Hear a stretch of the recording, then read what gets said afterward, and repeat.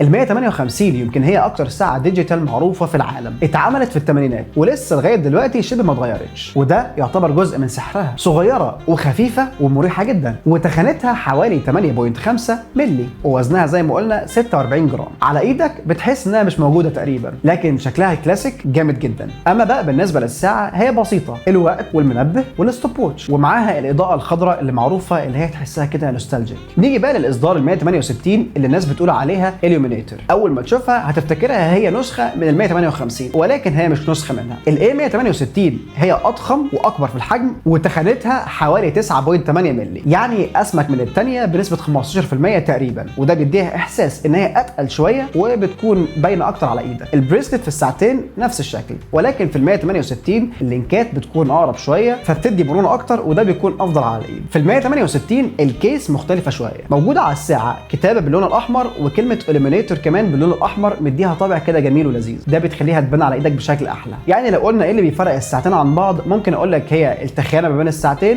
والبريسلت بيكون انعم في ال 168، والاضاءه هي الميزه الوحيده اللي ممكن تميزهم اكتر عن بعض. دلوقتي بقى واحنا بنتكلم عن اصدار ال 158 وال 168 لازم نقف ونسال طب فين الكاسيو اف 91 دبليو؟ لان بصراحه ما ينفعش اتكلم عن ساعات كاسيو الكلاسيكيه وما اتكلمش عن كاسيو اف 91 دبليو. اما بقى لمواصفات الاف 91 دبليو، هي خفيفه جدا ورفيعه، واللي يلبسها ما يحسش انه لابس ساعه اساسا. وزن الساعه حوالي 21 جرام بس. من ناحيه الشكل الاف 91 دبليو هي مصنوعه من البلاستيك. اما بالنسبه لل 158 وال 168 بتيجي بستايل الستانلس ستيل، وطبعا احساس الستانلس ستيل بيكون افضل من احساس البلاستيك، وده بيدي احساس بالفخامه اكتر، وبيكون شكله اشيك لو هتخرج بيه. اما بقى للميزه الكبيره بالنسبه للاصدار ال 168 عن الساعتين التانيين هي بس الاضاءه. ومن ناحيه السعر الاف 91 دبليو هي طبعا ارخص بالنسبه للساعتين التانيين، وهقول لك على الاسعار في اخر الفيديو.